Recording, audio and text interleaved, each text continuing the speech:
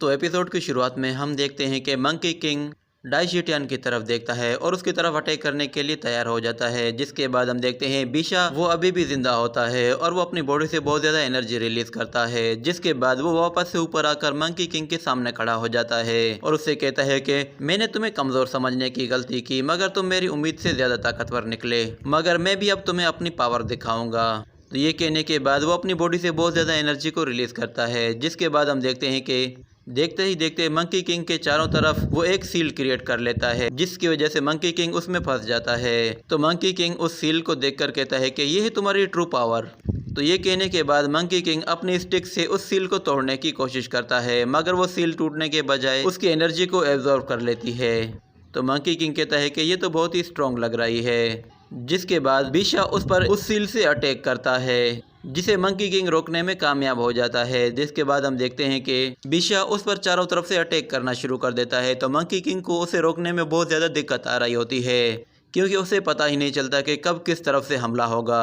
और फिर हम देखते हैं कि मंकी किंग वो एक जगह खड़ा होता है और उसके पीछे एक विंडो ओपन हो जाती है, जिसके अंदर से बिशा बाहर निकलता है और उसे बाहर निकल कर कहता है कि तुम बहुत ही ज़्यादा वीक हो। तो मंकी किंग जैसे ही पलट कर उसे देखता है तो बिशा उसे एक ज़ोरदार पंच मारता है और उस पंच का प्रेशर इतना ज़्यादा होता है कि मंकी किंग उस सील से बाहर निकल जाता है और बहुत ज़ोर से नीचे आकर गिरता है।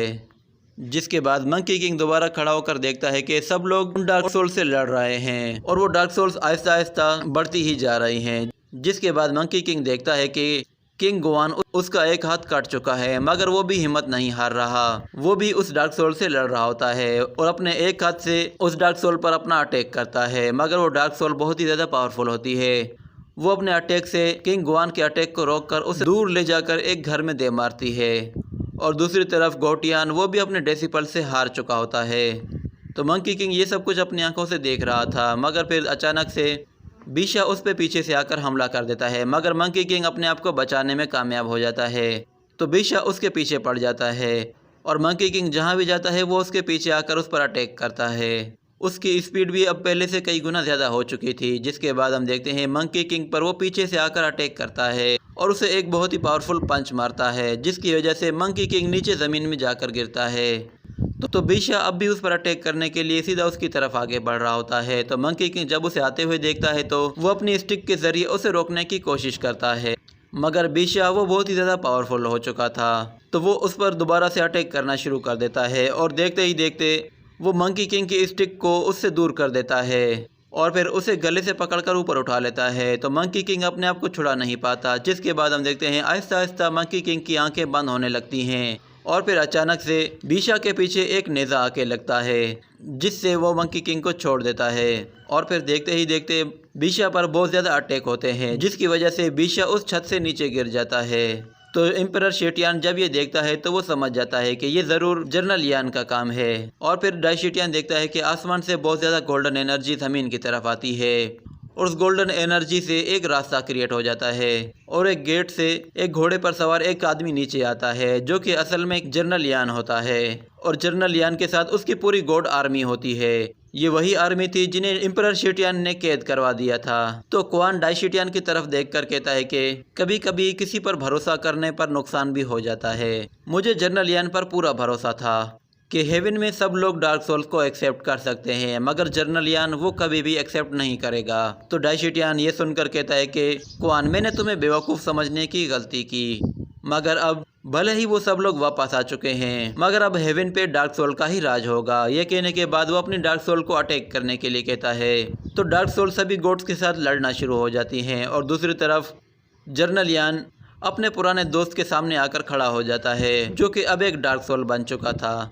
तो उन दोनों में भी लड़ाई शुरू हो जाती है। तो वो डार्क सोल अपनी पावरफुल एनर्जी से जनरल यान के घोड़े पर अटैक करता है, जिसकी वजह से जनरल यान को उस घोड़े से नीचे उतरना पड़ता है। और जैसे ही जनरल यान नीचे आता है तो वो डार्क सोल फिर से उस पर अटैक करने लगती है, मगर जनरल यान उसे बहुत ही आसानी से डॉज करता है और फिर अपना भाला फेंक कर उसे मारता है, जो कि उसकी बॉडी के आर पार हो जाता है। तो डार्क सोल कहती है कि हेवन के टोटल 12 जर्नल्स हैं, 11 तो बैटलफील्ड में मारे गए, मगर तुम अकेले ही बहुत स्पेशल हो, क्योंकि तुम बहुत ही बहादुर हो, मगर अब तुम मुझे भी कमजोर समझने की गलती मत करना। ये कहने के बाद वो फिर से अपनी एनर्जी को रिलीज करता है, जिसकी वजह से उसकी बॉडी फिर से हील हो जाती है और वो दोबारा से जनरल यान की तरफ आगे बढ़ता है और उस पर अटैक करने लगता है। तो जनरल यान पहले उसे डॉज करता है, जिसके बाद वो डार्क सेल बहुत ही तेजी के साथ उसकी तरफ आगे बढ़ती है और उसे अपने साथ ले जाती है और उसे एक दीवार पे ले जाकर मारती है। जिसके बाद ये सीन यहीं पे कट हो जाता है। अगले सीन में हम अर्थ पर वापस आ जाते हैं, जहां गुलोंग मास्टर जेंग और ओजू से लड़ रहा होता है। तो ओजू की बॉडी एक जगह पड़ी हुई होती है। तो गुलोंग कहता है कि इस दुनिया में कोई भी ऐसा शख्स नहीं जो तुम्हें बचा सके, अब तुम अपनी मौत को एंजॉय करो। इतने में मास्टर जेंग ओजू की तरफ भागता हुआ आता है और उससे कहता है कि सब्र करो, मैं आ रहा हूँ। तो मास्टर जेंग जैसे ही उसके पास आता है तो वो मास्टर से कहता है कि मुझे बचा लो, मेरी हाफ बॉडी बिल्कुल डेड हो चुकी है। तो मास्टर जेंग उससे कहता है कि तुम घबराओ मत, मैं तुम्हें बचाऊंगा, चाहे मुझे अपनी जान भी देनी पड़े तो भी मैं तुम्हें बचा लूंगा। जिसके बाद मास्टर सैंडी को और पिग को अपने पास बुलाता है और उन्हें कहता है कि तुम लोग जितनी देर तक गुलोंग को रोक सकते हो रोको, मैं उतनी देर में इसे हील करने की कोशिश करता हूँ। सैंडी सीधा गुलोंग की तरफ आगे बढ़ता है और उसके चारों तरफ एक सैंड का डोमेन क्रिएट कर लेता है और फिर उस डोमेन के अंदर जाके सीधा गुलोंग पे वार करता है। मगर गुलोंग के चारों तरफ एक शील्ड होती है। तो गुलोंग अपनी बहुत ही पावरफुल एनर्जी से एक बहुत बड़ा ब्लास्ट करता है, जिससे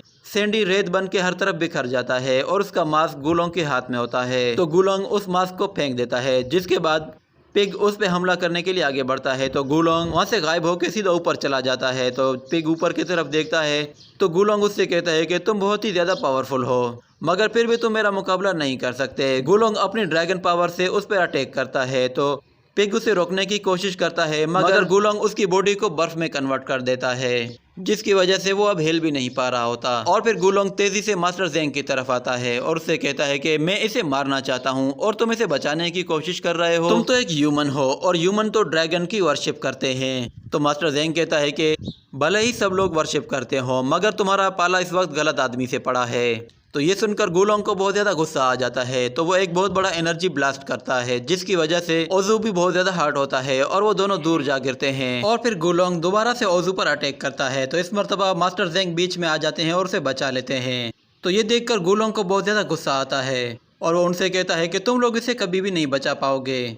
तो मास्टर जेंग कहता है कि ये बहुत ही ज़्यादा पावरफुल है, मैं इसके सामने बिल्कुल बेबस हो चुका हूँ। जिसके बाद हम देखते हैं कि पिग उस बर्फ़ को तोड़ के वहाँ से बाहर निकल आता है और फिर सैंडी भी वापस आकर मास्टर के पीछे खड़ा हो जाता है और फिर वो तीनों मिलकर गुलोंग की तरफ आगे बढ़ते हैं। तो गुलोंग उन लोगों पर अपनी थंडर लाइटनिंग का अटैक करता है, जिससे वो उन सब की हालत ख़राब कर देता है। तो ओजी दूर से ये सब कुछ देख रही होती है और बाइलिंग वो बिल्कुल मसरूफ़ होता है, क्योंकि वो उन ज़ॉम्बी से लड़ रहा होता है। जिसके बाद हम देखते हैं कि एक ब्लास्ट से ओजू की बॉडी दूर आकर गिरती है और ओजू मास्टर जेंग को पिटते हुए देख रहा होता है। जिसके बाद उसकी आंखें बंद हो जाती हैं और फिर अचानक से कोई उसका नाम पुकारता है। तो वो आंखें खोलकर देखता है तो उसका पुराना दोस्त उसके सामने होता है। तो ओजू को लगा कि शायद वो अब मर चुका है, मगर उसका दोस्त कहता है कि नहीं, तुम्हारी सांसें अब भी चल रही हैं, तुम सिर्फ अपनी ज़िंदगी बचाने की कोशिश करते हो, जिसकी वजह से तुम बहुत कुछ मिस कर जाते हो। मगर मास्टर जेंग उसने तुम्हारी ज़िंदगी बचाई और तुमने उसका क्या सिला दिया उसे। तुम्हारे पास अब आखिरी वक्त है, तुम अब भी उनकी जान बचा सकते हो। तो ओजू कहता है कि ये सब कुछ मेरी वजह से हो रहा है और मुझे इसके लिए बहुत ज़्यादा अफसोस है, मगर मैं अब कुछ भी नहीं कर सकता। तो उसका दोस्त कहता है कि खेल अभी ख़त्म नहीं हुआ, तुम अब भी ज़िंदा हो और बहुत कुछ कर सकते हो। तुम्हें उन लोगों को प्रोटेक्ट करना होगा जो हमेशा तुम्हें प्रोटेक्ट करते आए हैं, ताकि बाद में तुम्हें शर्मिंदा ना होना पड़े। तो ओजू उठने की कोशिश करता है, मगर वो उठ नहीं पाता। तो उसका दोस्त कहता है कि तुम बहुत ही कमीने हो, तुम सब कुछ कर सकते हो, मगर तुम्हें हमेशा सहारे की ज़रूरत पड़ती है और ये आखिरी टाइम है, मैं तुम्हारी हेल्प कर रहा हूँ, इसके बाद मैं तुम्हारी हेल्प कभी नहीं करूँगा। तो वो उसे हाथ देकर उसे ऊपर उठा लेता है और उससे कहता है कि तुम्हें डरने की ज़रूरत नहीं, मैं हमेशा तुम्हारे ही साथ रहूँगा। और फिर हम देखते हैं कि ओजू अपने पैरों पे खड़ा हो जाता है और ओलिन की सोल को फ्री कर देता है और उसे कहता है कि यहाँ से चले जाओ। जिसके बाद वो देखता है कि गुलोंग मास्टर पर अटैक करते ही जा रहा है और सैंडी भी एक जगह बेहोश पड़ा हुआ है। तो उसे बहुत ज़्यादा गुस्सा आता है और जब मास्टर जेंग उससे लड़ने की कोशिश करते हैं तो गुलोंग उसे गले से पकड़कर ऊपर उठा लेता है और मास्टर उसके सामने बेबस हो जाता है। तो फिर ओजू को और ज़्यादा गुस्सा आता है और फिर वो अपनी पूरी एनर्जी को रिलीज करता है। जिसके बाद हम देखते हैं कि उसके बालों का कलर बिल्कुल चेंज हो जाता है और गुलोंग जैसे ही मास्टर को पंच मारने वाला होता है तो ओजू बीच में आकर उसका पंच रोक लेता है और उसे अपने एक हाथ से ही पीछे धकेल देता है। जिसके बाद वो गुलोंग की तरफ सीधा आता है और उसे एक जोरदार पंच मारता है, मगर गुलोंग भी हार नहीं मानता, वो अपना एक एनर्जी ब्लास्ट उसकी तरफ फेंकता है। तो ओजू उसे अपने एक हाथ से ही रोक देता है और उसे अपने आप से दूर फेंक देता है। जिसके बाद ये एपिसोड भी यहीं पर खत्म हो जाता है।